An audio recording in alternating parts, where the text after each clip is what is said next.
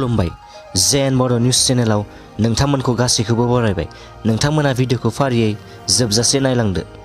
आसामाव 2023 मायथाइनि मेट्रिक आनजादखौ निउ इडुकेसन पलिसिनि नेम बायदियै खुंफुंगोन। निउ इडुकेसन पलिसिजों सोमोन्दो लाखिनानै सेबाया मेट्रिक आनजादनि मोनब्रै गाहाय आयदाफोरनि सिलेबासाव सोलायथि लाबोदों। बे गाहाय आयदाफोरा फारियै सानखान्थि, इंराजि, साधारन बिगियान आरो समाज बिगियान। बेफोर आयदाखौ आनजादाव लिरनो थाखाय एन्सार शीटआ मोननै रोखोमनि जागोन।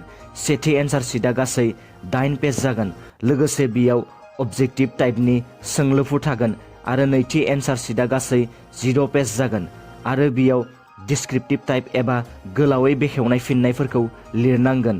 मख'नो गोनांदि बे बोसोरनि आनजाद होगिरि फरायसाफोरनि अनजिमाया गासै 4,22,000 आरो बे आनजादा गासै 912 सेन्टारफोराव खुंफुंजागोन। जानो गोनां मेट्रिक आनजादा फैगौ 3 मार्चनिफ्राय जागायनानै 24 मार्चसिम जागोन आरो प्रेक्टिकेल आनजादा 24 आरो 25 फेब्रुवारियाव जागोन। आनजाद होगिरि फरायसाफोरनि एडमिट कार्डखौ 12 फेब्रुवारियाव एग्जाम सेन्टारफोराव दैथायहरगोन होननानै फोरमायदों। लाइमोन हिन्जावसा सात्रिनि बसुमतारीनि जिउ गोमानायनि दायाव सासे लाइमोन हौवासाखौ पुलिसआ खाबाय। बे जाथायजों लोब्बा थानायनि सन्देह खालामना पुलिसआ हमनाय लाइमोननि मुंखौ अनुप बर' होननानै मिथिनो मोन्दों। थांनाय सानखालि दिसपुर पुलिसआ गरेस्वरनिफ्राय जाथायनि दायनिगिरि अनुप बर'खौ हमनाय जायो। मख'नो गोनांदि कटन मुलुगसोलोंसालियाव फरायनानै MA थाखोखौ उथ्रिसारनाय एबा गोजौ थाखोआव सोलोंथाइ लाबाय थानाय समावनो सात्रिनि बसुमतारीया हरखाब गावनि थाग्रा खथायावनो जिउ फोजोबना लादोंमोन। बे जाथायनि सायाव संदाननानै पुलिसआ गरेस्वरनिफ्राय सासे लाइमोनखौ हमनाय जायो।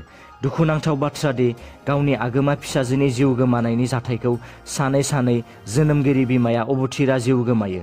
सात्रिनि बसुमतारीनि नखरा फोरमायनाय बायदिब्ला जाथायनि उनाव सात्रिनि बसुमतारीनि मबाइल आरो लेपटपखौ लाखिनानै पुलिसआ नायबिजिरनाय जादोंमोन।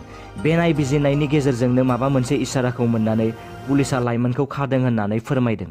बिटिआर हालामाव थानाय माहारियारि मानास हाग्रामानि मोनसे गिदिर खहा। मानास हाग्रामानिफ्राय आसामनि सम्पद थसेल' गं गोनां गान्दानि गोथै देहा बोखांदों।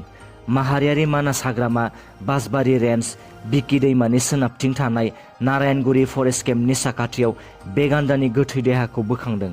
गान्दानि बेबायदि अबथिरा जिउ गोमानायनि जाहोनखौ नायबिजिरनायनि गेजेरजों बे गान्दाया गावजों गावनि गेजेराव सौलायनानै गोबाव समनिफ्रायनो जोखोम जानानै थानायाव लोरबां जानानै बे गान्दाया जिउ गोमादों होननानै मिथिहोदों। बे जाथायखौ लानानै हाग्रा बिफाननि मावफारियाफोरा गोथौ दुखु मोननाय फोरमायदों आरो बे जिउ गोमानाय गान्दाखौ हाग्रा बिफाननि मावफारियाफोरा नेम बायदियै बिदाय होना फबनाय जाबाय होनना खौराङाव मिथिहोदों। दिनैनि रादाबा एसेनोसै। नोंथांमोना भिडिअखौ नायनानै मोजां मोनदोंबा अन्नानै चेनेलखौ साबस्क्राइब खालामनो दाबाव, लोगोसे लाइक, शेयार आरो कमेन्ट खालामहर, जाहाथे उनाव आं नोंसोरनिसिम गोदान निउसनि आपडेटफोर लाबोबाय थानो हायो। गोजोन्थों।